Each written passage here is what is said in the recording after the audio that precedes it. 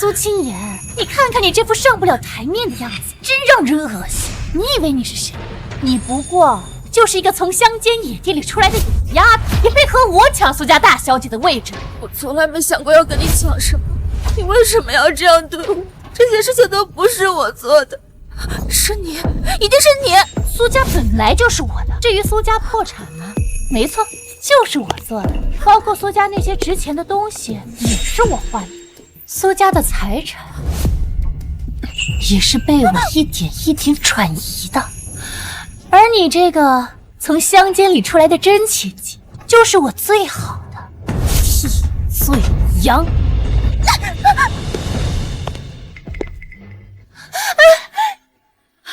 雨然，雨然，你怎么了？妈，爸，哥哥，你们总算来了。青言姐姐趁咱们家没人的时候，竟然把咱们家最后一块祖传的玉佩换成了这个假货。我正想去阻止他，他竟然打我骂我。苏青言，你这个白眼狼，丧门星，我们苏家到底欠了你什么？勾结外人，掏空苏家家产，害我们落到今天这步田地，还不够吗？我没有吗？不是我，是他陷害我，这一切都是他做的。住口！袁善良懂事，怎么可能做出这种事？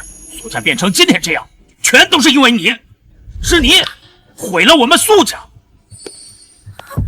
我告诉你，苏青言，苏家没有你这样的女儿，苏家被你毁成这样，你满意了吗？苏青言，你就是个祸害，是你毁了我们苏家的平静，毁了我们所有人的生活。我真是瞎了眼，怎么会对你有一丝期待？我后悔，我不该天真的以为你们会给我亲情，我不该回来这个冰冷的牢里，不该被苏雨然的虚伪蒙蔽双眼。如果有来世，我再也不要回到苏家，我要你们所有人都付出代价。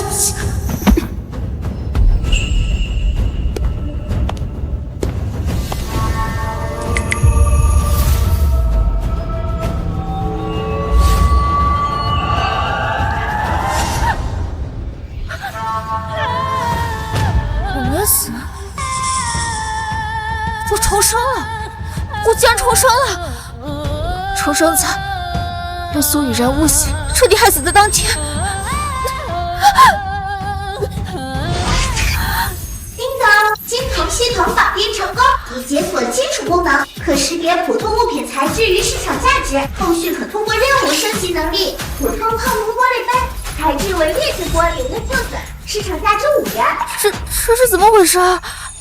什么金童系统？这杯子上的字又是什么？难道我觉醒了能够看透万物价格的能力？这是怎么回事啊？我怎么能看到杯子的价值，还有那奇怪的文字？普通木桌，杨木材质，市场价值50元；普通木椅，杨木材质，市场价值20元；劣质屏风塑料材质，市场价值15元。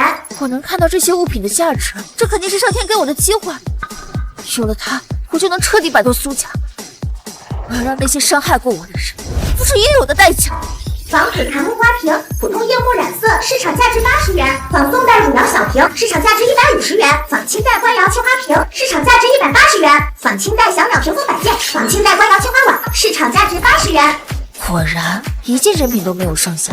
苏雨然几乎把所有苏家祖传的值钱物件全换成了廉价的赝品。苏家现在看起来光鲜亮丽，实际上早成了一个空壳子。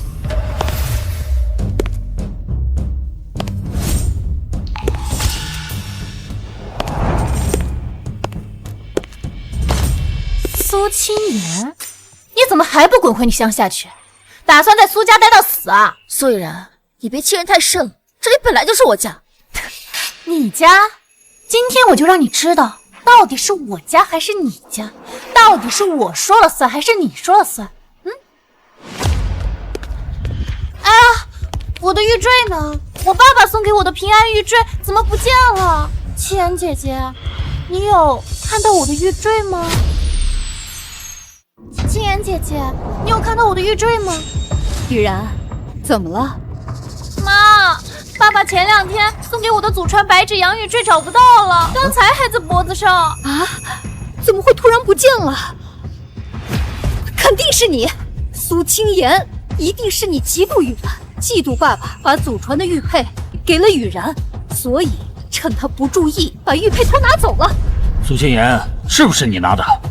赶紧把玉坠交出来！雨然心地善良，一直对你忍让，你竟然偷苏家的祖传宝贝，你真是太过分了！苏清言，你真是太让我失望了！你竟然偷苏家祖传的宝贝，你果然还是改不了乡下的陋习。赶紧把玉坠交出来，再给雨然道歉。苏清言，苏家所有的宠爱都该是我的，而你不过是个无人问津的笑话，永远只能活在我的阴影里，比不上我一根手指头。清言姐姐，我知道你嫉妒我，但是这个玉坠是爸爸送给我的祖传宝贝，对我来说十分的重要。你把它还给我好不好？只要你把它还给我，我就当什么都没有发生过。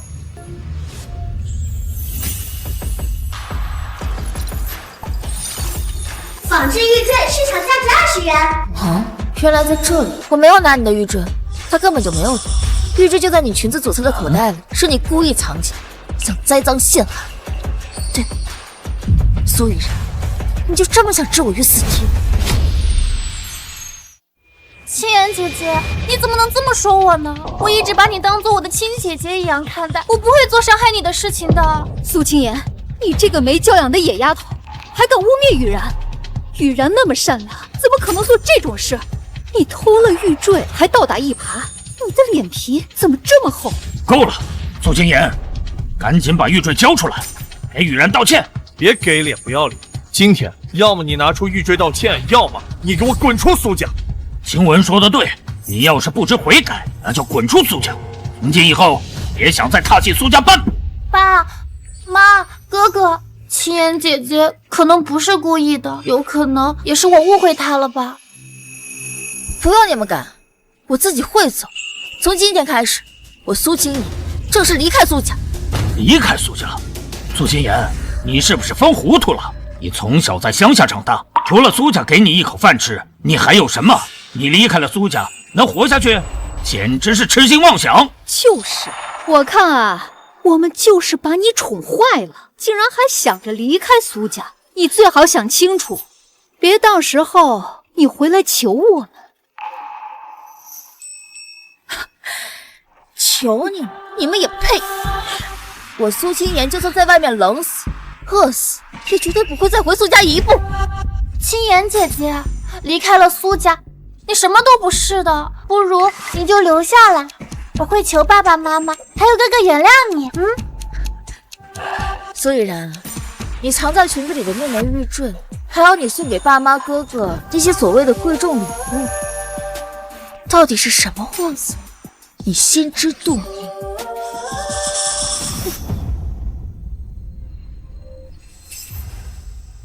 苏清言到底知道了什么？他怎么会知道那些东西有问题呢？是不可能的吧？就现在奔向你，然后抱紧你。念念，怎么这个时候给我们打电话？你在苏家还好吗？妈，爸，苏家的人对我挺好的，你们别担心我。傻孩子，要是受了欺负，一定要告诉我们啊！我没事儿，我已经长大了，能照顾好自己。啊，那就好，那就好，你没事儿，我们就放心了。那你们也照顾好自己，我先挂了。我一定要让爸妈过上好日子。至于苏家那些人，总有一天我让他们跪在我面前后悔。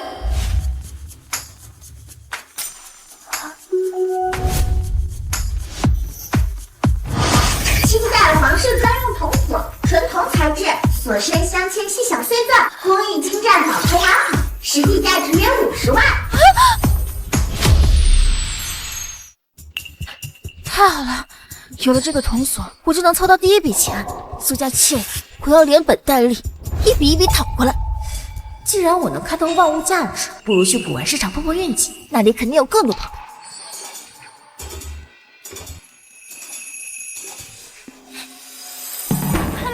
大小姑娘，我这全是好东西。原价25，市场价值10元，定制陶制小摆件，市场价值8元，现在陶制器皿，市场价值15元。怎么都是些不值钱的破烂儿啊？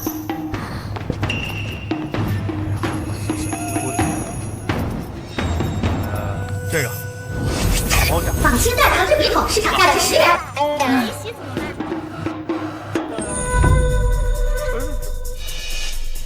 2块钱。仿珠串头饰玉佩玉镯，市场价值15元。仿和田玉手镯，市场价值30元。小姑娘，来看看，都是些老物件，挑挑看。仿古硬币，市场价值5元。老板，你这看着都一般啊，没什么像样的，都是些不值钱的大路货。哎，再看看。清代皇室专用玉佩，和田玉材质，表面有划痕污渍，实际价值约18万。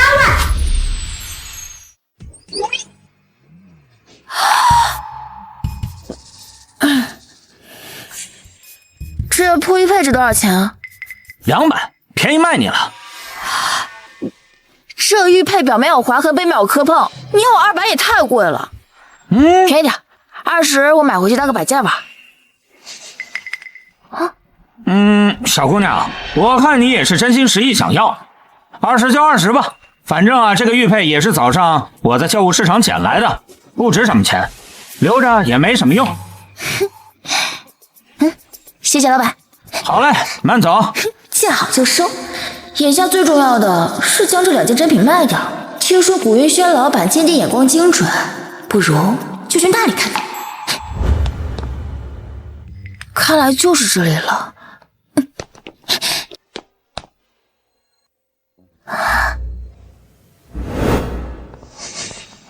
小姑娘，欢迎光临呐！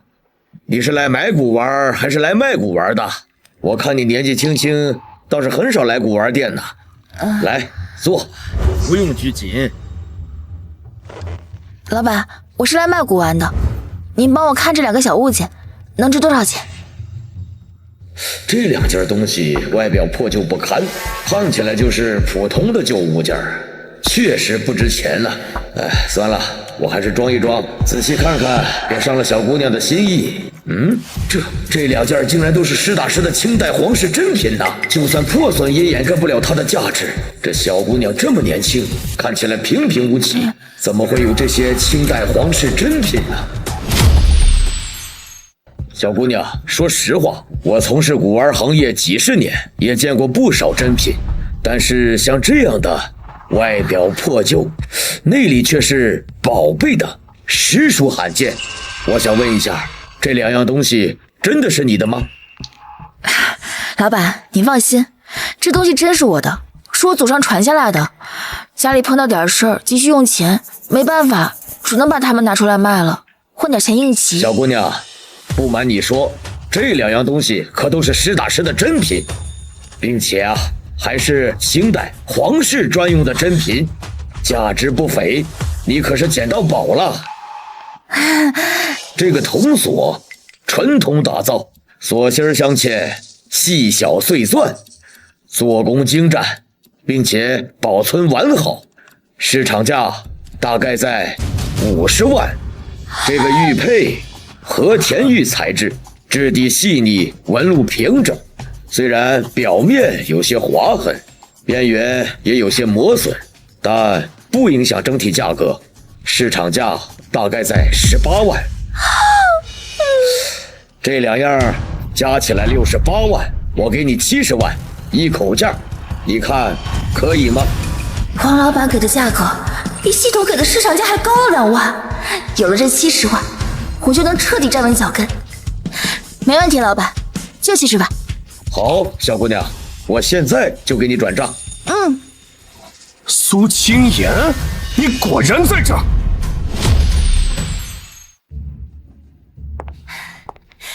哥哥，我要那种成色上好的玉饰，这样我出席商业酒会的时候才撑得起场面。那种便宜货只会丢了我们苏家的人。放心吧，古玉轩的东西都是顶尖的，保证让你满意。苏清言。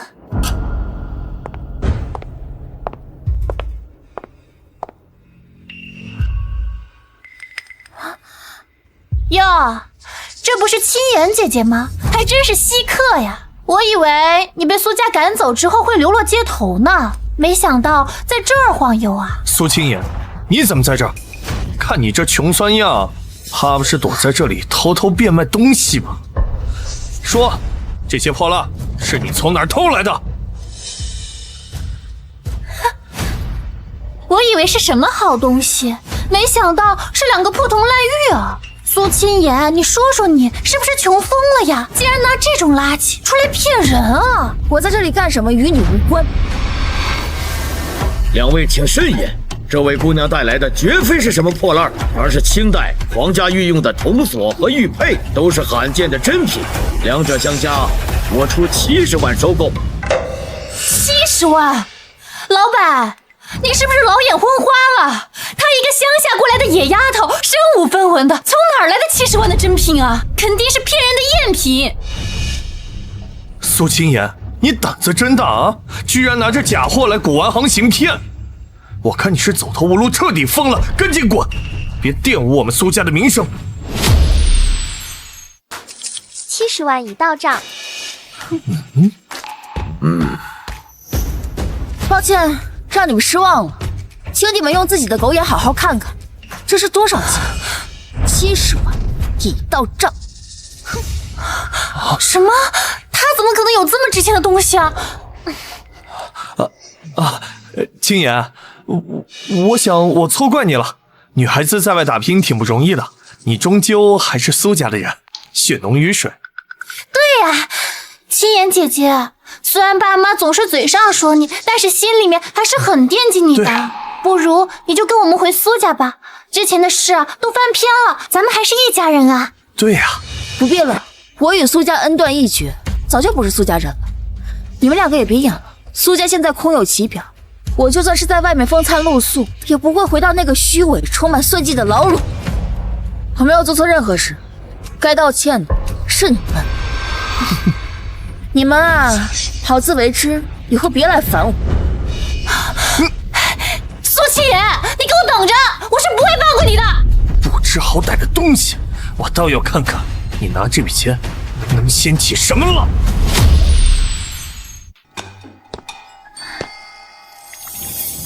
仿品玉毛笔价值5元，仿品玉玺价值10元，仿品银元价值15元。明代和田玉籽料玉佩，质地温润，雕工精美，价值约120万。我去，120万，发财了，发财了！不行不行，我得装一装，不能让老板看出来了。老板，这瓷碗多少钱啊？看起来破破烂烂的，便宜点卖给我，我拿来当个摆设。小姑娘，这瓷碗虽然看起来破，但也是老物件了，一口价30。老板，这破玉佩看着也不值啥钱啊，这样刚好给你50，凑个数，你看如何？行吧，50就50，算我亏本卖给你了。谢谢老板。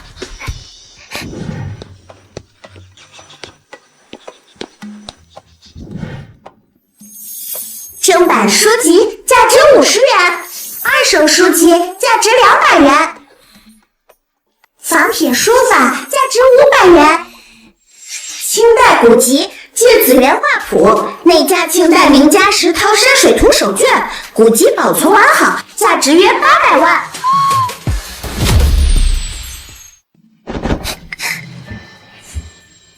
老板，这本书怎么卖啊？小姑娘，我这可是清朝的古籍啊，你拿那本5万。老板，你这书这么旧了，里面都泛黄了，你要5万，你怎么不去抢啊？这样吧，老板，便宜点，50卖了，我就当学画画了。哎，小姑娘，这可是清朝古迹呀，50太少了，太少了。这样吧，最少500卖你了。500太贵了，算了，既然你不是诚心要买，那我不买了。行吧，50就50。我是看你想买才卖给你，别人啊可没这价。好嘞，谢谢老板啊。好嘞，接下来该去收钱了。哇，哎，苏青言，还真是你啊，苏青言。你拿这种破烂当宝贝，真是没见过什么世面。我就知道你不怀好心，手里的破烂是从哪儿来的？是不是偷偷从苏家带出来的？我早已经跟你们苏家恩断义绝了，手里的东西跟你们苏家没有半点关系，不用你管。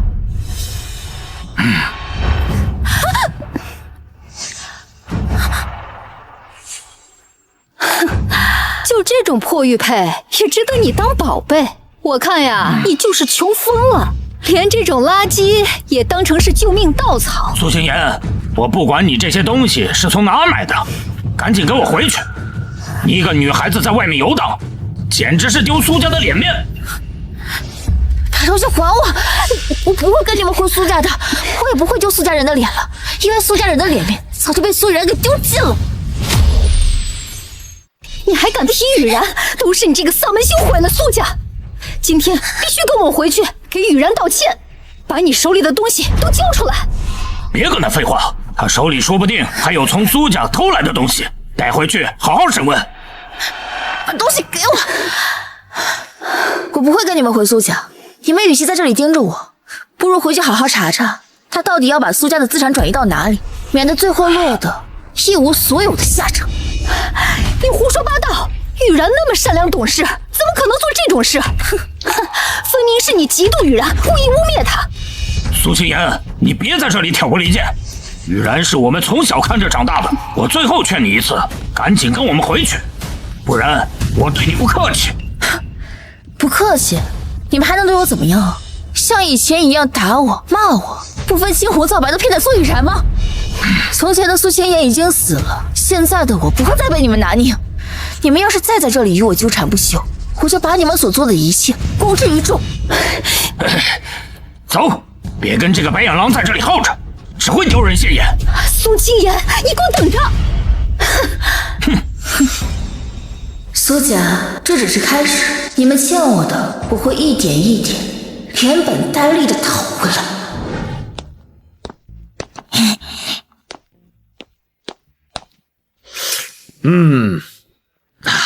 青言小姐，你这次又带来了什么好东西呀？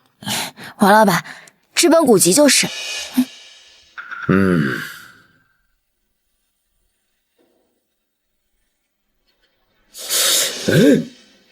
这玉佩质地温润，雕工精美，这是明代和田玉子料玉佩珍品呐。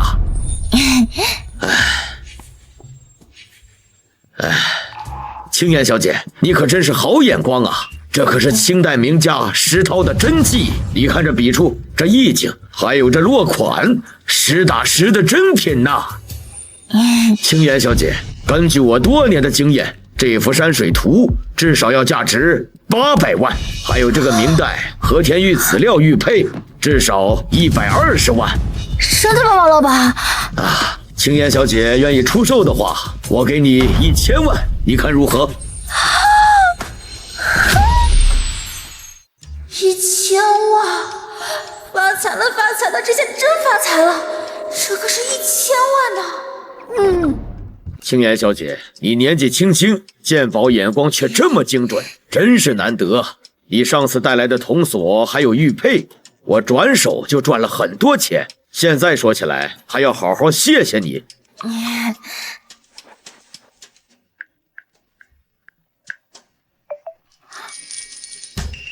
青言小姐，钱已经转过去了，你查收一下。我已经收到了，多谢王老板。下周我的古玩品鉴会邀请了业内不少收藏家、鉴定师和古玩商。这青言小姐年纪轻轻，眼光却毒辣得很。若是能请她来当特邀鉴定师，定然能撑场面。王老板，没什么，没什么，就是觉得青言小姐你年纪轻轻，眼光却这么独到，我在这行混了几十年，像你这样的眼光还真是少见啊！王老板客气了，我就是单纯运气好，碰到些合心意的东西，跟您比起来还是要多学习的。说起来，下周一我要办一场古玩品鉴会，圈子里不少熟人都会来，还会摆上很多珍品。你要是有兴趣，也可以一起来看看。真的吗，王老板？那太好了，我要是得空一定去见识见识，和您还有那些前辈们学习学习。好啊，到时候我提前通知你，带你好好逛一逛，让你多认识一些圈内人，以后啊，在这行发展也好多一些朋友。那就谢谢王老板了，以后请你多多关照。爸妈，你们可一定要替我做主啊！我今天和哥哥去古玉轩选玉饰，竟然碰到苏清言那个贱人了。我的乖女儿，怎么了？是不是她欺负你了？她一个被苏家赶出去的野丫头，也敢在你面前放肆？慌慌张张的，慢慢说，她到底做什么了？妈，她哪里是欺负我，她分明是在我面前故意炫耀的。我跟哥哥碰到他的时候，他正在古玉轩卖东西，还是2块破铜烂玉。那古玉轩的老板居然说是什么清代皇室珍品，给了他70万啊！70万？他怎么可能有那么值钱的东西？肯定是偷的，说不定就是他当初从苏家偷偷带走的祖传宝贝，现在拿去变卖。这个白眼狼真是没良心！爸妈，他说的都是真的，我们一开始也不信。那可是古运轩老板亲口说的，而且他手机都收到转账提示了，他还故意污蔑雨然，说一切都是雨然造成的，说苏家早就空有其表。反了他了！一个乡下长大的野丫头，离开苏家居然还能蹦跶起来，那些东西肯定是他偷的，他就是早有预谋，故意骗我们把他赶走，好拿着苏家的宝贝逍遥快活。他还说苏家的资产都是我转移的，他还挑拨我哥哥之间的关系，他分明就是想毁了我，毁了咱们苏家。这个丧门星真是狼心狗肺，我们当初就不该心软把他接回来，现在他倒好了，拿着苏家的东西发财，还敢污蔑我们雨然，我看他真是好日子过腻了。晴雯，你去查查他那些东西的来历，还有他现在住在哪儿，手里还有没有其他苏家的宝贝？不管用什么办法，都要把他偷的东西追回来，还要让他付出代价。好的吧，我现在就去查，绝对不会让他好过的。妈爸，你们可一定得替我做主啊！我是真的不想被他诬陷了，我也不想他毁了咱们苏家。乖女儿，你放心，爸妈肯定不会让他好过的。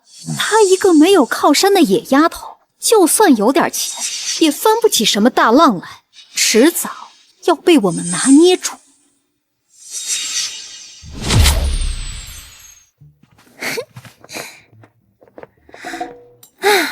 天色不早了，明天再来看看吧。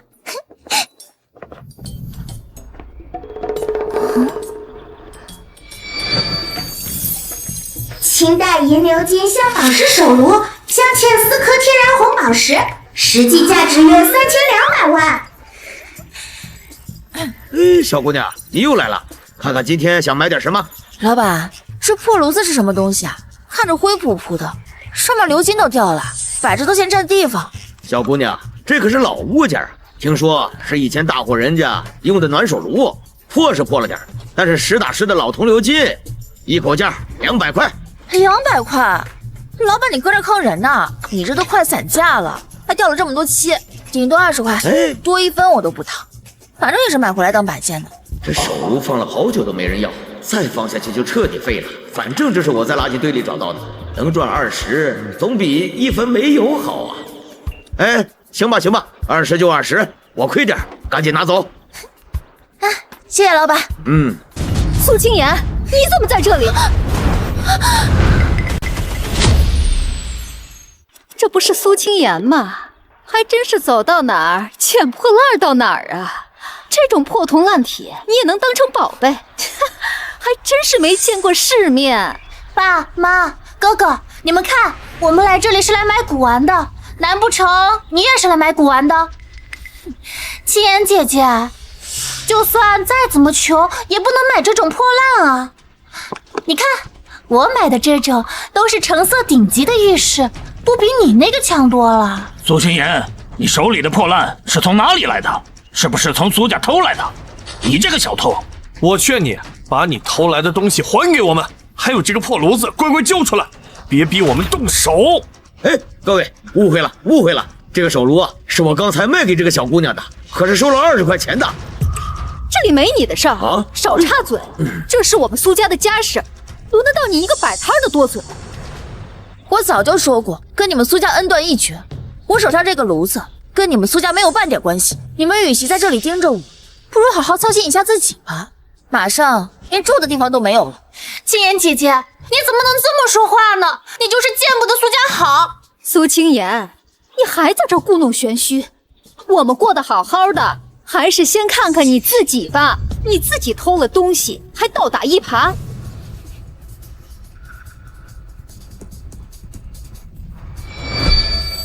石英岩染色仿和田玉，价值约500元。他手里那个所谓顶级玉石，不过是石英岩染色仿和田玉，价值不过500块，也好意思拿出来炫耀啊！我这个破炉子不比他那个仿真的赝品强。你们要是有眼光，就不会被苏雨然蒙在鼓里，更不会在这里纠缠我。你少在这里胡说八道！这个20块钱买的破炉子，敢跟雨然的玉石比，我看你是穷疯了！懒得跟你多费口舌，反正你们也看不懂什么是宝贝，只会被苏雨然牵着鼻子走。过不了多久，你们就会知道我到底有没有在胡说。你苏青妍，你给我等着，我是不会放过你的。哎，晴雯，查清楚他住在哪里，还有他手里这个手炉的底细，一定要把我们苏家的东西拿回来。青妍小姐又来了，这次带来了什么好宝贝呀？王老板，这次是个小手炉，麻烦您帮我看看成色和价值。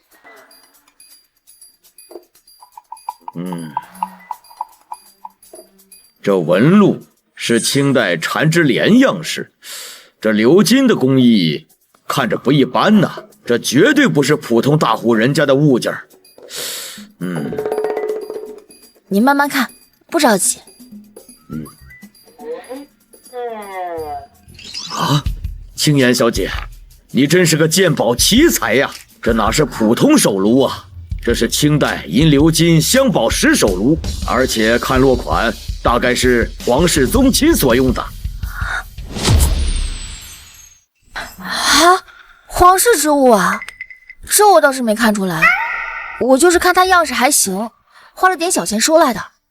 你看这银质基座，质地纯正，4颗红宝石都是天然的红宝石，还有这缠枝莲纹，雕工细腻，只有宫廷造办处才有这种水准，而且它保存还算完好，没有什么大的破损，不影响整体价值。我从业几十年，这种品相的皇室手炉啊，闻所未闻。那您看这个手炉能值多少钱啊？青妍小姐，不瞒您说，这种珍品呐，在市场上很抢手，尤其这种皇室款，收藏价值极高，按现在的市场价，大概在3200万。苏小姐，你要想卖给我，我愿意给你3500万，一口价，绝对不亏待你。3500万，很合理，就卖给你们。王老板的为人，我还是信得过你。青妍小姐年纪轻轻，鉴宝眼光这么精准，真是难得。我现在给你转账。有你这样的合作伙伴，我太幸运了。3500万到账，我已经给你转过了，请你查收。我已经收到了，谢谢王老板。青妍小姐，这是下周我们古玩会的邀请函，邀请了不少收藏家、鉴定师和古玩商，我想邀请你作为特约鉴定师，不知道你可否赏光？古玩品鉴会不仅能让我认识很多业内人士，拓展人脉，更能让我在古玩界站稳脚跟，而且这也是我进入古玩界的最佳机会。多谢王老板抬爱，我一定准时赴约，绝对不会辜负您的期待。好，好，好，有你这句话我就放心了。下周咱们品鉴会上见。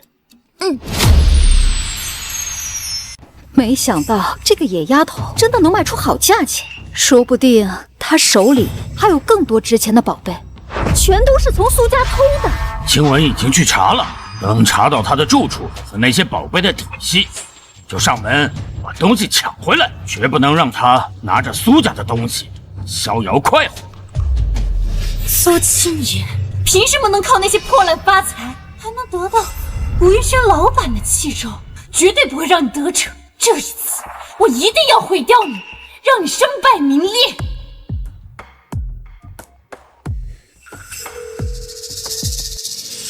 喂，周老板，我要你帮我一个忙，钱不是问题，只要你做好了，我会给你一笔丰厚的报酬。明白，苏小姐，我一定办好这件事儿，让苏青言那个贱人身败名裂。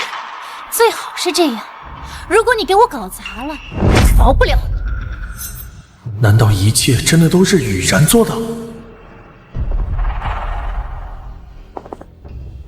你在干什么？你跟周老板什么关系？你刚才说的话我都听见了，你是不是想陷害青言？哥哥，你在说什么？我听不懂。我刚才跟周老板是在谈生意上的事情，我没有陷害青言姐姐，你别胡思乱想啊。苏雨然，但愿这一切都不是你做的。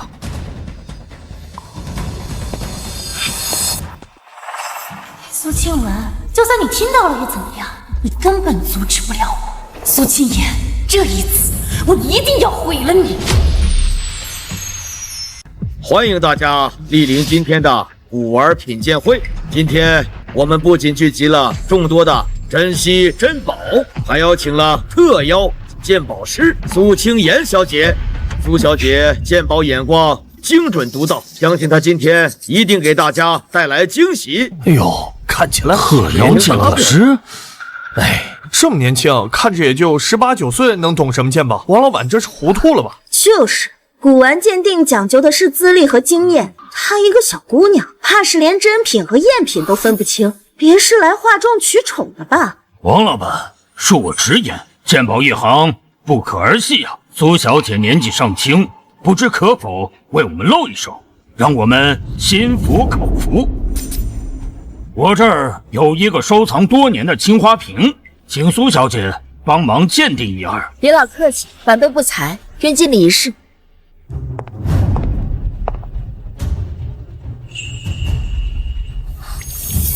仿明代宣德青花缠枝莲瓶，现代仿品，陶土材质，做旧处理，青花颜料为化学原料，瓶底落款伪造，市场价值约800元。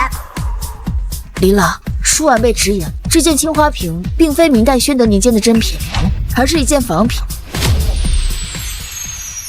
苏小姐，你看仔细了，这个瓷瓶我收藏了20多年了，多位鉴定师都认定是真品，你凭什么说它是仿品？哼，我就说吧，一个小姑娘懂什么？怕是连宣德青花的特点都不知道，就敢乱下结论，真是不知天高地厚。李老，赵总，晚辈并非信口开河，宣德青花釉面莹润肥厚，而您的这件釉面过于光滑，瓶底的宣德落款字体呆板，软绵无力，显然是仿造而成。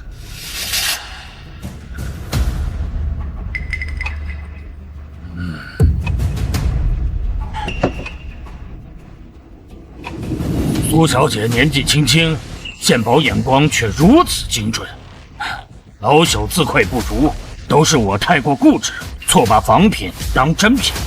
多谢苏小姐指点迷津。李老客气，晚辈只是侥幸看出了端倪，在各位长辈面前还需要多加学习。哎呦，厉害呀！真是厉害，真是后生可畏啊！年纪轻轻就能看出这样的仿品，而且说的头头是道，太厉害了。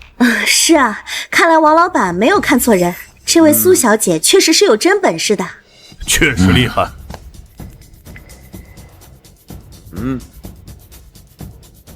苏小姐，既然你这么有能力，那我这件藏品想请您再鉴定一二。这是我花重金收购的清代正版桥的墨竹图，我就不相信你还能说它是仿品。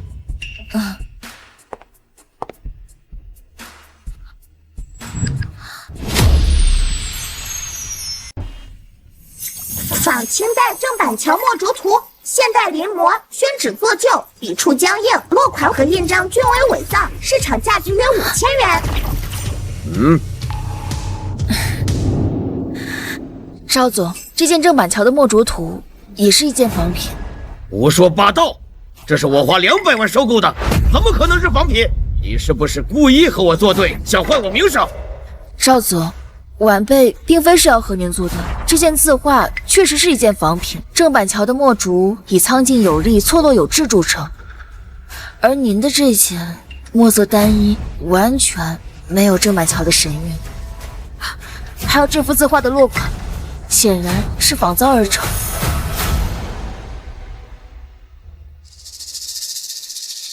苏小姐说的没错，这确实是件仿品。正板桥的墨竹，我有幸看过几次真品，那笔锋的洒脱神韵，是仿品永远仿不出来的。你这幅啊，确实差太远了。确实，墨色单一，笔触僵硬，落款也不对。赵老板，你确实被骗了。这个字画根本就不值200万，最多几百块钱。不可能，这绝对不可能！花了200万，怎么是赝品？怎么？赵总，事已至此，你也不要太过难过。吃一堑，长一智。以后啊，再买这种藏品呐，一定要留个心眼，或者找苏小姐这样的专业人士帮你看看。啊，苏小姐，对不起，刚才是我太冲动，误会了你。感谢苏小姐的提醒，不然我会一直被蒙在鼓里啊！邵总客气了，鉴宝本来就是鉴别真伪，晚辈也只是做了自己该做的。鉴定我的鉴定证，您看看苏小姐，我这个，麻烦您看一下。苏小姐，久仰大名了，我这儿有一件清代乾隆年间的宣德炉，请苏小姐帮忙鉴定一下，看看是不是真品，价值多少？仿明代乾隆宣德炉，民国仿品，黄铜材质，做旧处理，炉身纹饰呆板，款式伪造，市场价值约3万元。刘老板，这并非是清代乾隆年间的真品，而是一件民国时期的仿品。啊？这苏小姐，你确定吗？这件铜炉我收藏了很多年，炉身的纹饰和款式和乾隆年间的宣德炉一模一样，而且手感也很沉重，怎么可能会是民国仿品呢？刘老板，这铜炉虽然手感厚重，但是表面的包浆却是刻意做旧处理，而且这炉身的纹饰线条呆板，细节处理十分粗糙，炉底的乾隆刻石十分生硬。这都是民国时期仿品的典型特征。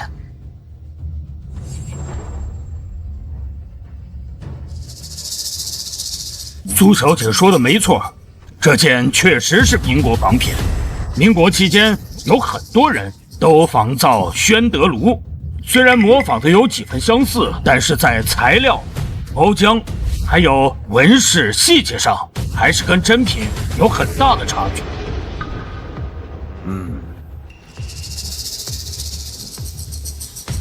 这清代乾隆宣德炉质地精良，手感沉重却不笨拙。这个铜炉啊，虽然也沉重，但手感略显笨拙，包浆也确实是做旧的。苏小姐眼光精准呐！唉，看来我又被骗了。本以为自己捡了个宝贝，没想到它竟然是个民国仿品。哎，多谢苏小姐，不然我还会一直被蒙在鼓里。刘老板不必气馁，玩收藏本来就是一个不断学习的过程，难免会有看走眼的时候。更何况这是一件民国时期的宣德炉，虽然比不上乾隆时期的真品，但也有些收藏价值。哎，说得好啊！青岩小姐做得好，没有辜负我对你的期望啊！多谢王老板信任，我只是做了自己该做的事情。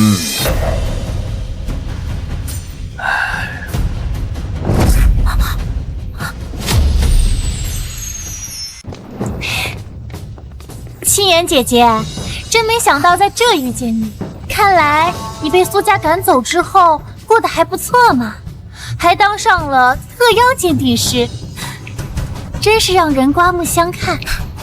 我过得好不好与你无关，与苏家无关，还请苏小姐自重。苏清言，你个忘恩负义的乡下丫头，被苏家赶出家门，竟然赶来这里当什么特邀鉴定师？哼，真是不知廉耻！苏夫人，请您讲话注意分寸。青言小姐是我本次鉴定会请来的特邀鉴定师，并且深受来宾们的认可，请你不要再胡言乱语，扰乱我们品鉴会的秩序。王老板，这是苏家的家事，与你无关，还请你不要多管闲事。苏清言是我们苏家的人，哪怕是离开苏家，也改不了他忘恩负义的本性。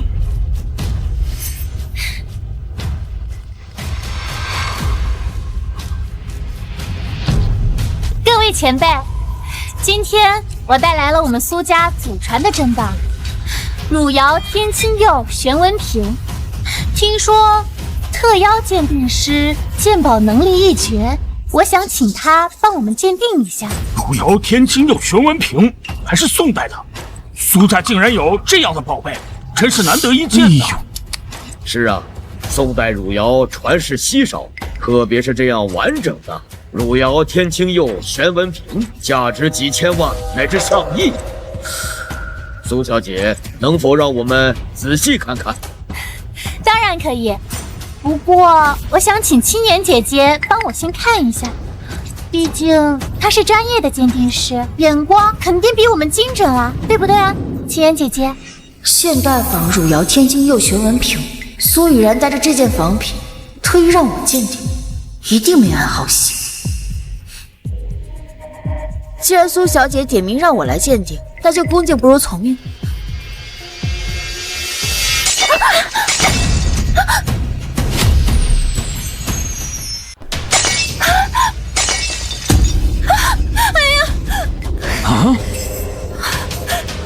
青言姐姐，你怎么这么不小心啊？你明明知道这是我们家祖传的宝贝，这么贵重，你还要故意把它摔碎？哎呦，苏清言，你是不是故意的？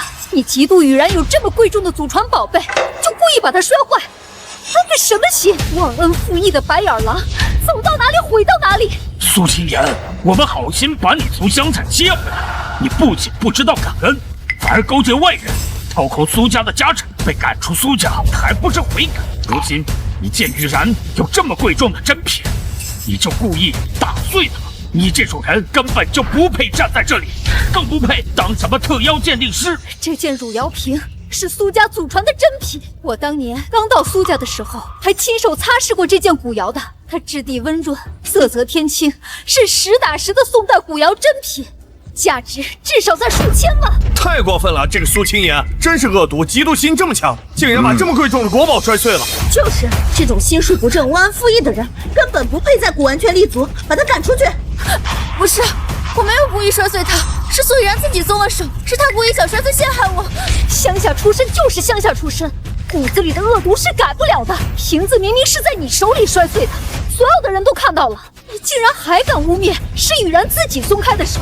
没见过什么世面，见不得别人好，嫉妒雨然有这么贵重的宝贝，就故意把它摔坏，现在还想倒打一耙，你的脸皮怎么这么厚？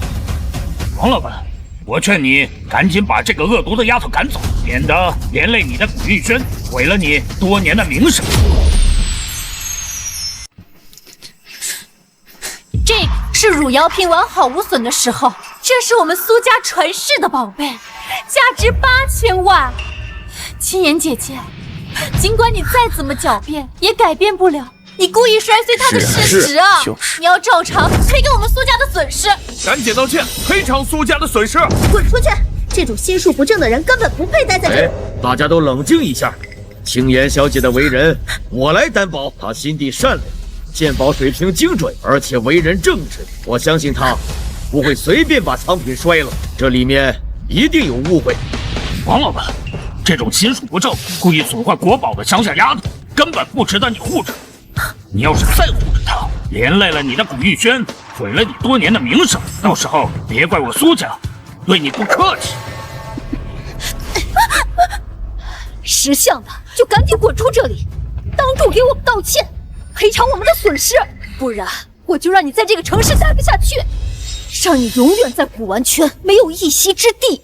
我再怎么努力，也躲不过苏家父母和苏雨然的联手陷害。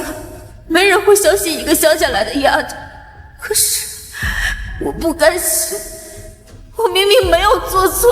苏夫人，你们太不像话了！光天化日之下，你们就敢动手伤人？青岩是无辜的，你们这样咄咄逼人，就不怕遭人唾弃吗？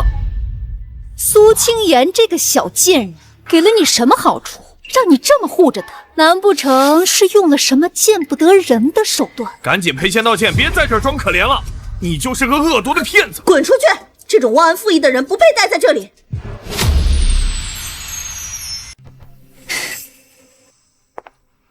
青岩姐姐，我实在不想看你变成这个样子，不如你就听我一句劝，当众给我们道个歉吧。我求求爸爸妈妈原谅你，毕竟我们都是一家人，我也不想把事情做得这么绝啊。雨然，你就别白费口舌了，这种忘恩负义的白眼狼根本就不配得到你的原谅。今天他必须要给我们道歉赔偿，必须要让他为他自己的所作所为付出应有的代价。我没有错，我没有故意摔碎瓶子，是他自己从开始想故意再造陷害我，所以我不会赔偿，更不会道歉。好你个不识好歹的白眼狼！雨然好心劝你，给你台阶下，你竟然还敢嘴硬，真当我们苏家好欺负？真当在场的各位都是傻子吗？苏青岩，别给脸不要脸！你毁了苏家价值8000万的古玩汝窑珍品，还倒打一耙，污蔑雨然栽赃你，你根本就不配站在这里。这可是我们苏家的祖传之宝，就这样被苏青岩那个白眼狼故意毁掉了。赶紧道歉，赶紧赔偿！这种人就不配在古玩圈待着。曝光他，让所有人都看看这个恶毒的小人！住手！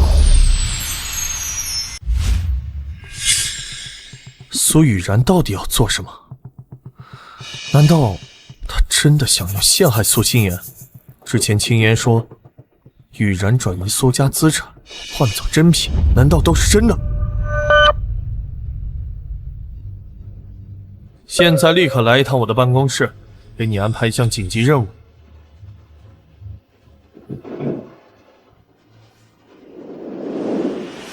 大少爷，您吩咐。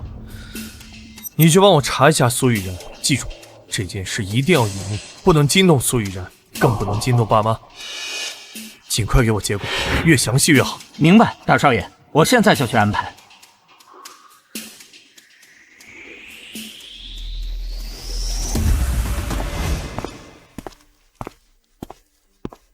大少爷，所有的事情都查清楚了，这是我们整理好的资料，还有相关的证据。大少爷，苏小姐和鼎盛集团的高管有过多次秘密接触，我们查到了他们的见面记录，还有转账凭证。另外，鼎盛集团还给苏小姐转了一笔巨额款项，并且苏家的流动资产有近一半被苏小姐私下转移。她送给您和苏董、苏夫人的礼物，还有她常炫耀的藏品，大多是廉价仿品，真品都被她偷偷卖掉变现了。这是鉴定报告 ，U 盘里面是我们拍到的视频。我们还查到了苏青岩小姐被诬陷偷玉坠，被指责毁掉苏家，都是苏小姐一手精心策划的。她的目的就是为了把青岩小姐赶出苏家。原来青岩说的都是真的，我一直被苏雨然蒙蔽，一次次的伤害了青岩。不行，我不能再让青岩受委屈了。揭穿苏雨然的真面目，为青岩讨回公道，弥补我对他的亏欠。对，大少爷，这是我在青岩小姐房间找到的日记本。啊！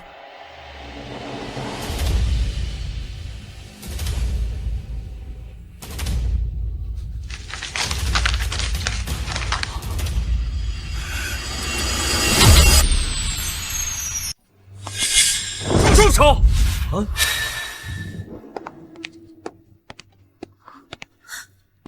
都给我住手！你们谁也不许欺负青岩！这不是苏家大少爷吗？他怎么帮着这个白眼狼说话？是啊，之前听说他对苏青岩也很刻薄，怎么突然变了？难道这里面真的有隐情？回事儿啊！是啊，哥哥，你怎么来了？你快劝劝青妍姐姐吧。青妍姐姐打碎了我们苏家祖传的汝窑珍品，我们也是被逼无奈。青文，你疯了吗？还是苏青妍，是那个被赶出苏家忘恩负义的白眼狼，他故意摔坏我们苏家的传家之宝，你怎么能帮他说话？青文，你知道你在说什么吗？这件事是苏青妍的错，她毁了苏家的宝贝，必须道歉赔偿。青妍，对不起，是我来晚了，让你受委屈了。我保证，以后再也不会让人欺负你。苏青婉，我说过，我跟苏家已经恩断义绝，跟你没有任何关系。我的事不用你管。大家都误会青妍了，他没有故意摔碎瓷瓶，没有对苏家忘恩负义，更没有勾结外人掏空苏家的所有财产。一切的一切，都是一场阴谋，是苏玉然精心策划的阴谋。什么阴谋？哥哥，你胡说八道什么呢？我没有，你不要诬陷我。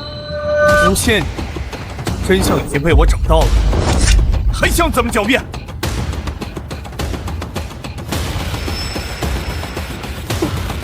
不是他，怎么不是你？不是我，是他们两个联合起来陷害我，我没有。诬陷你，这是青妍这些年写的日记，里面记录了她是如何被你刁难、被爸妈打骂、被你栽赃陷害的所有事情。你还要怎么狡辩？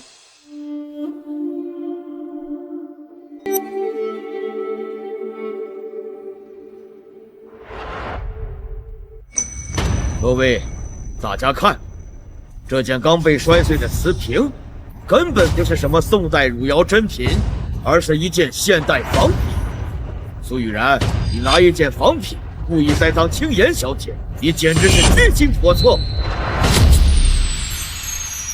苏玉然，我们那么疼你、宠你，像宝贝一样待你，为什么要这么做？为什么要欺骗我们？为什么要陷害青妍？对，是我，都是我做的。我嫉妒苏青，我嫉妒她是苏家的真千金。苏青，我恨你。如果不是你回来了，我还是苏家唯一的大小姐，爸妈的宠爱，哥哥的呵护，还有苏家所有的财产都是我一个人的，都是你毁了我的一切。还有你们口口声声说爱我、宠我，但心里压根就是看不上我。你们把他接回来，说是为了弥补内心的愧疚，其实你们就是觉得我不如他，所以我不甘心。凭什么他是真亲戚，而我就是一个替代品？我们从来没有把你当成替代品，这些年我们对你的宠爱比亲女儿还深。你怎么能做这种事？苏家待你不薄啊！你们以为我只做了这些，我还不妨告诉你们，苏家早就被我挖空了。啊！哎呀，你瞧瞧，恶毒了！我不仅转变流动资产，我还偷偷拿着核心商业机密和对家签了协议。什么？核心机密？你到底做了什么？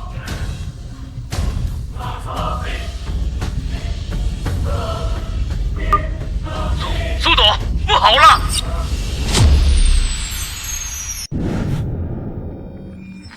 正邦，怎么了？是不是公司出事了？高管说的是真的吗？数十亿负债，我们怎么可能欠这么多？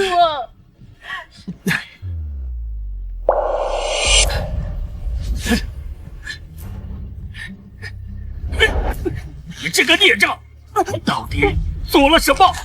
核心机密转移资产，你知不知道？你把苏家彻底毁了，数十亿呀！我们怎么赔得起？苏总，不好了，鼎盛集团突然发布了我们的核心供应数据，还推出了和我们新品一模一样的产品，价格比我们低3成。现在我们的客户大面积流失，我们的股票直线暴跌70%，银行也发来催款通知，要求我们偿还巨额贷款，加上之前被转移的资产，我们现在负债高达数10亿。什么？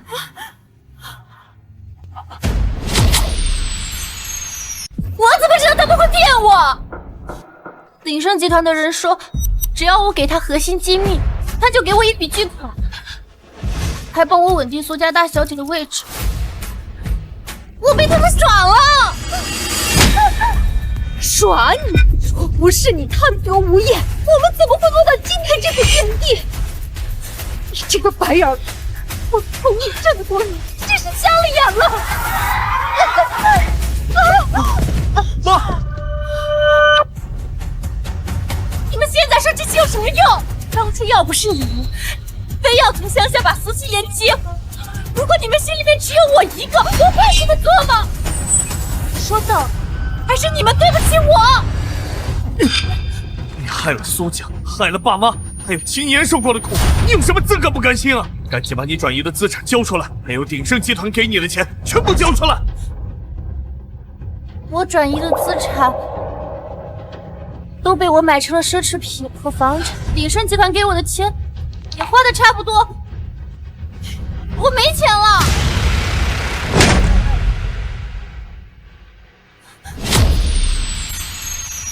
花光了？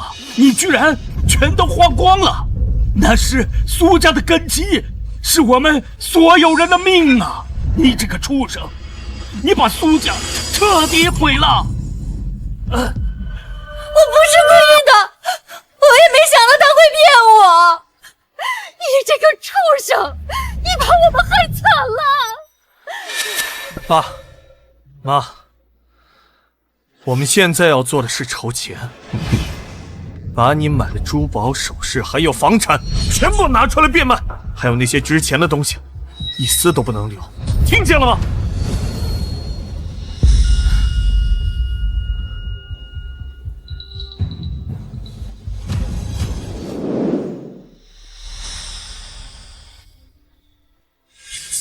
不够，根本就不够。我们这卖所有东西的钱，连10亿都不到。我们还有几十亿的负债。都怪我，都怪我当初太宠他，太偏心他。要是我当初能对青岩好一点，早点发现雨然的真面目，我们怎么会落到今天这步田地？没有办法了，只能卖祖宅，卖家里所有剩下的东西，哪怕倾家荡产，也要先还上一部分债，不然的话，我们所有人都要去坐牢。苏家没了，彻底没了。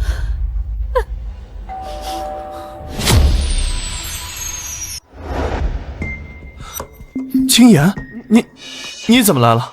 我听说苏家破产了，过来看看。毕竟这里曾经是我名义上的家。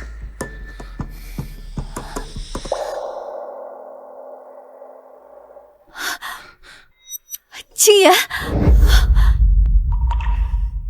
青岩，对不起，是我们对不起你，是爸妈糊涂，是爸妈偏心。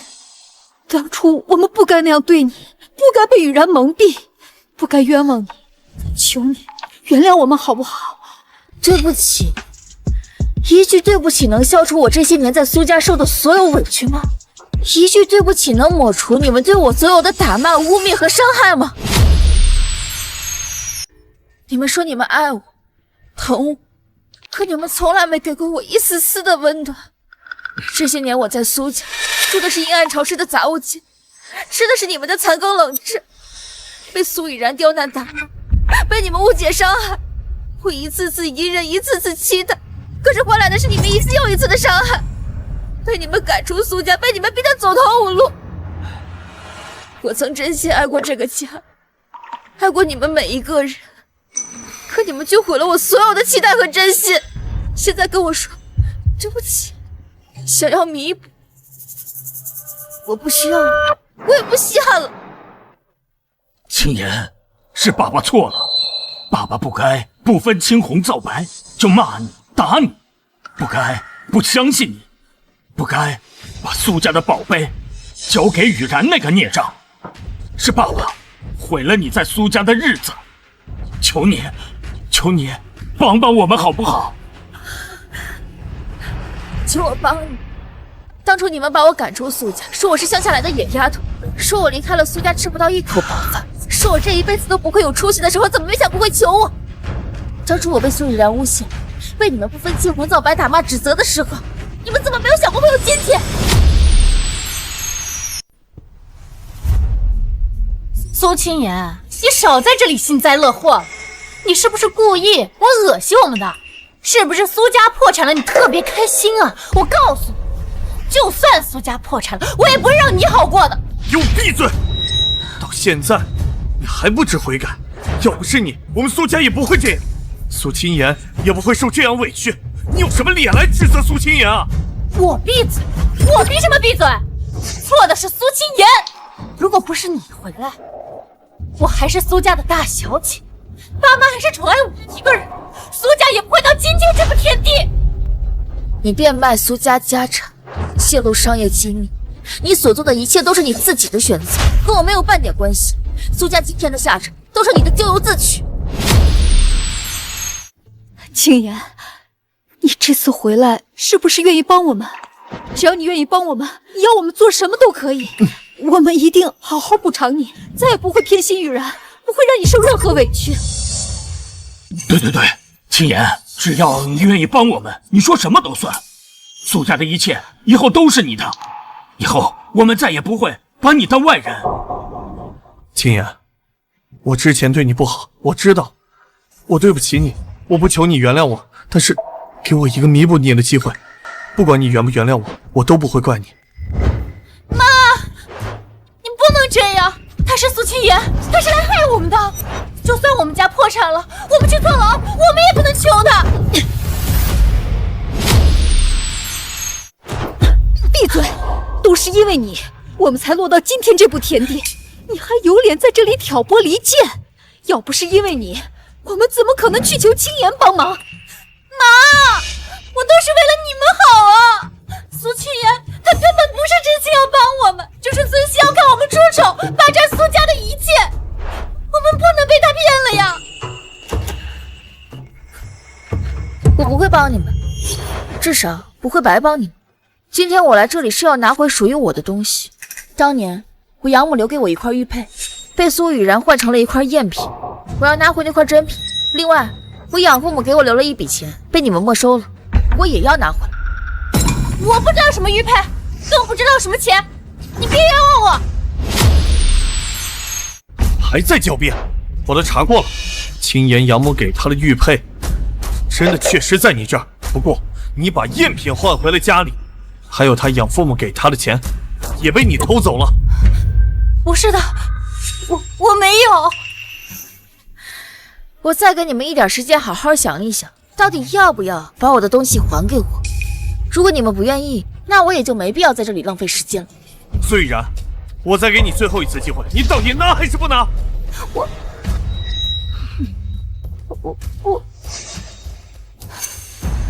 我现在就去拿。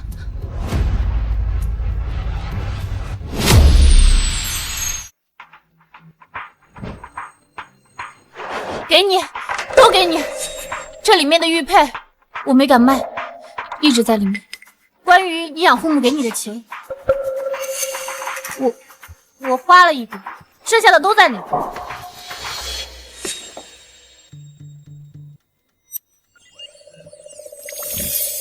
清代和田羊脂白玉佩，质地细腻，雕工精良，保存完好，实际价值约500万。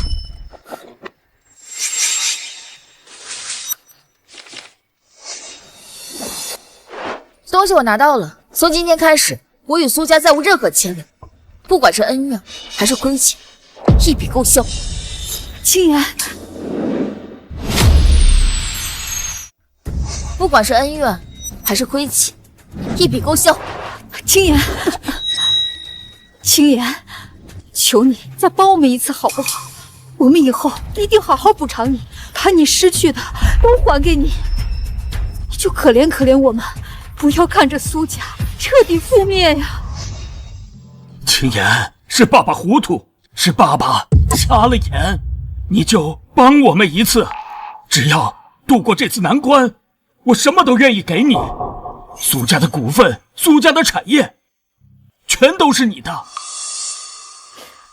青言，是我对不起你，我不求你原谅我，但是给我一个弥补你的机会，我一定会保护好你，不会让别人欺负你，我一定会守住你的一切。我不会帮你们，苏家今日的下场都是苏雨然的咎由自取，是你们的放纵偏心造成的结果。种什么因，得什么果，你们该为自己的所作所为付出代价。苏雨然，你泄露商业机密，转移公司财产，已经触犯了法律，等待你的会是法律的制裁。我劝你最好好自为之，不要总想着算计，否则只会自食恶果。哼！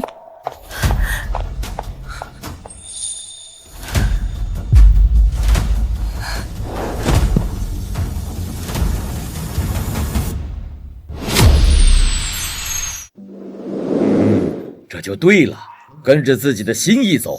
青言小姐，我知道你心里不好受，但已经做得很好了。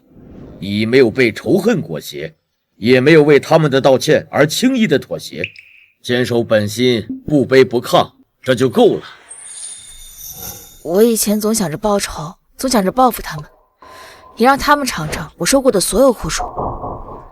可是真到了那一刻，才发现，过好自己的生活，才是对他们最精准的打击，也是对自己更好的救赎。苏家的恩怨消耗了我太多精力，我不想以后的生活都陷在这种情绪里。过去的就让它过去吧，我不能一直生活在这种负面情绪里，也不能一直被苏家的一切所牵绊。人总要向前看的，那些伤害过你的人，那些让你受尽委屈的日子，都不值得你记挂。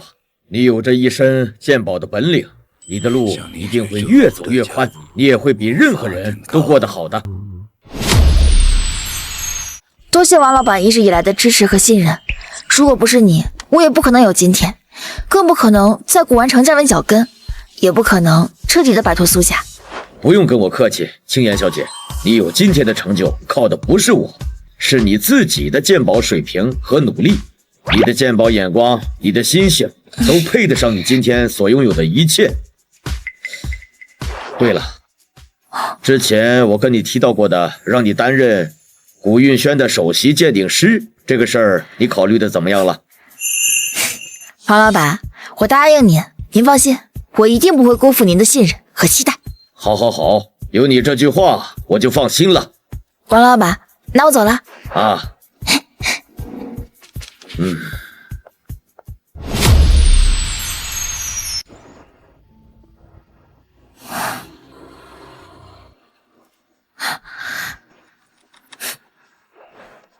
念念，怎么这么晚给我打电话？是不是出什么事儿了？你在那儿还好吗？爸妈，没事儿，我在这边过得很好，认识了一个很好的老板，很照顾我，还教我很多东西。我现在靠自己能挣到钱了。哎呀，那就好，没事我们就放心了。念念，我们不求你赚多少钱，不求你有多厉害，只求你平平安安、健健康康，能过得开心、过得自在就足够了。知道了，爸妈，你们也是，我肯定会照顾好自己，让自己平平安安、健健康康的，赚很多的钱。等我把你们接过来安享晚年，不用再担心钱了。傻孩子，我们不着急，慢慢来就好。我们在乡下过得很好，很自在，不用惦记我们，好好做自己的事情，好好照顾自己就足够了啊。爸妈，我知道了。爸妈，你们也要好好照顾自己，天冷了多添衣服，饭也记得吃，不用太累了。好，好，好，我们会的，你也一样啊。可是我牵挂的模样。青言啊，这段时间辛苦你了。自从你当了首席鉴定师，咱们古运轩的生意啊蒸蒸日上，有不少老客户都慕名而来，还有很多新客户都冲着你的名声来的。王老板，这都是咱们一起努力的结果。要是当初没有您的支持和信任，我也不可能有今天。以后我会更加认真，不会辜负我们古韵县的名声，也不会辜负您对我的期待。苏小姐，今天收到了你的包裹。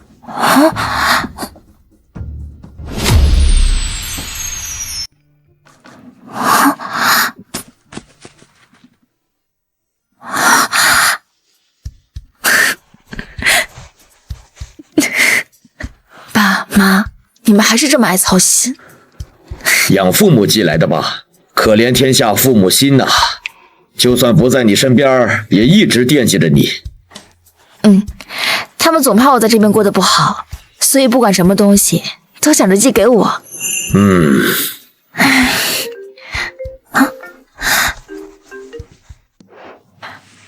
喂，张中介，请问我看中的这套房子事情有眉目了吗？苏小姐，恭喜你啊！那套江景房的业主已经同意你的报价了，手续我已经帮你整理好了，你什么时候有空过来签一下合同就可以了。太好了，我明天一早就去，麻烦你了。应该的，苏小姐。对了，跟你同步下，你那套房子是业主急速变现的，之前挂了挺久的，业主那边要求签完合同尽快结清尾款，咱这没问题吧？没问题，尾款早就准备好了，明天一并办理。好的，苏小姐。由于业主比较急，明天业主会亲自上门找人办理。好。看样子房子的事情敲定了。是啊，我之前看中的那套江景房，业主同意报价了，明天准备合同，办理过户。挺好的，那套房我也知道，不管是地段、采光，都非常符合你和养父母一起住。你们以后一家人团圆了。是啊，等手续办完，我立马把爸妈接过来，让他们好好享享福，再也不用在乡下操劳了。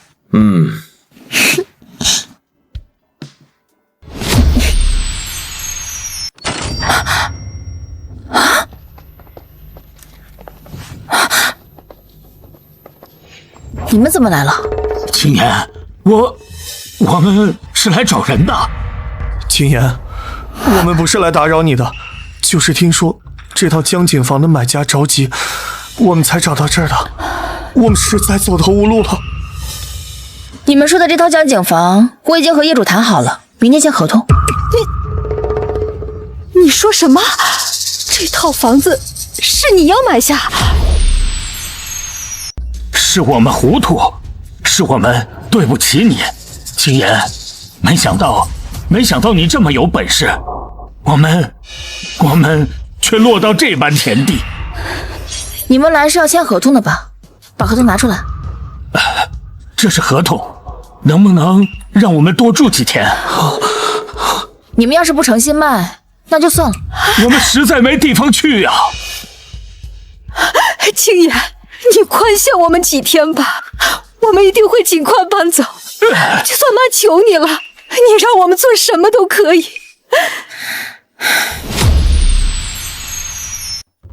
合同签完以后，我可以让你们再住1周再收拾东西，但尾款我会定时打，这是我们之前就谈好的。青言，我知道我们不配求你，但是这房子的价格能不能给我们降一点？我们实在着急用钱，实在走投无路。青言，三位请自重，青言已经仁至义尽了，你们不要再为难他了。苏清文，我已经给够你们体面了，合同我也会按时履行，不要再得寸进尺。好，我们签，我们现在就签。以后我们再也不会打扰你了。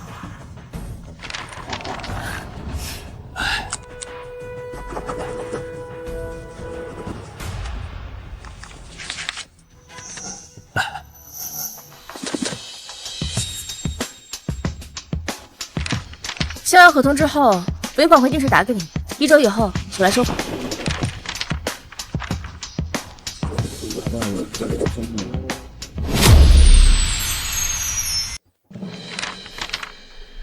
合同已经生效，钱我会定时打给你们。现在开始，这套房子是我的了。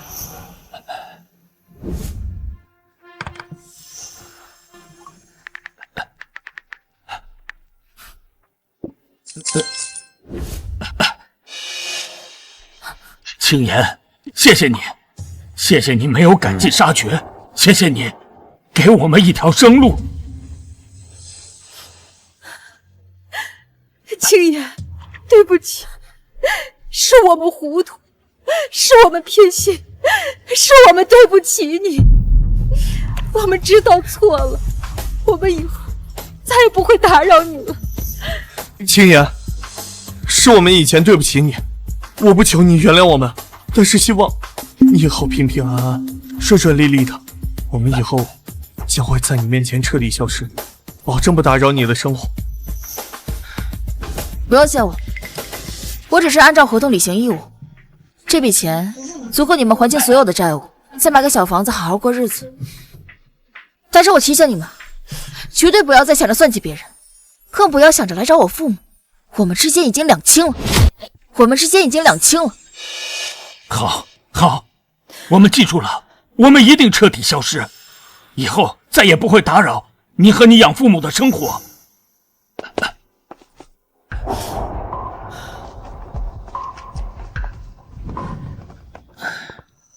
苏小姐，你已经仁至义尽了，换做别人不会这么轻易放过他们。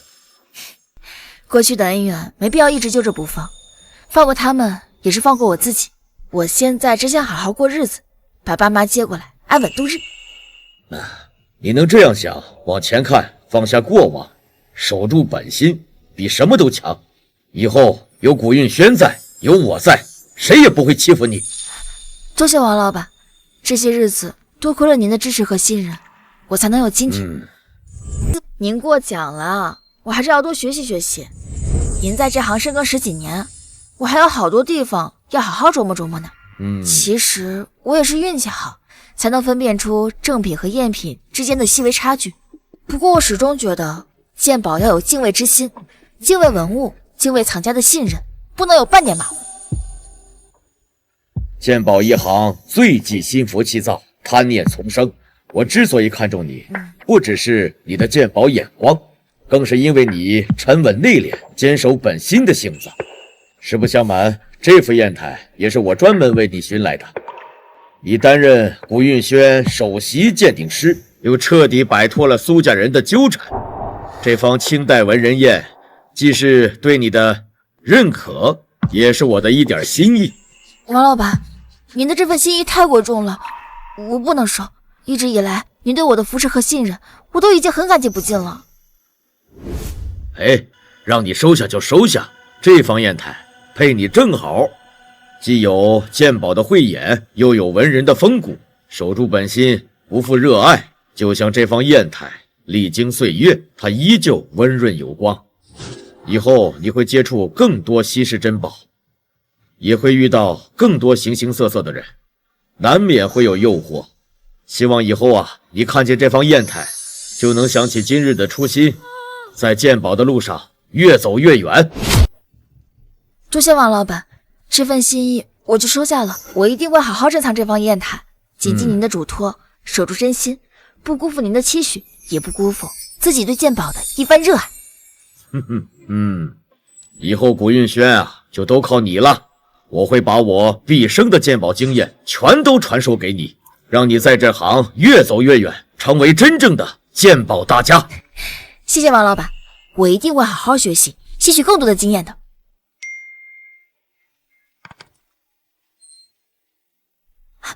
太好了，王老板，中介那边说房子手续都已经办完了，下周我就能把爸妈接过来了。那可要提前恭喜你了。等你养父母过来，一定要叫上我，咱们喝一杯乔迁酒。一定，到时候肯定会把您叫过来，热闹热闹的。我爸妈一直念叨想要感激您，说多亏了您，我才能在这边站稳脚跟。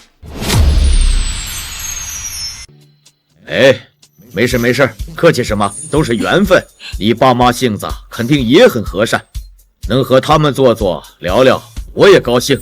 对了，房子收拾的差不多了，要不要我找人帮忙找些家具和摆件？不用麻烦您了，房子已经收拾的差不多，简单布置一下就行了。以后一家人团聚，你也就能更安心做事了。哦，对了，下周有个品鉴会，品鉴会的流程你先看一下，有不懂的问题随时都可以问我。好，王老板您放心，我就信你，等品鉴会开完，你就好好陪你爸妈歇歇。好，谢谢您的体谅，我都记着。等乔迁礼结束，我就带爸妈在这边好好熟悉熟悉，逛逛这个城市。这就对了，要是缺向导，我就给你们推荐几个好去处，都是本地人爱去的。好，谢谢王老板，那就太感谢您了。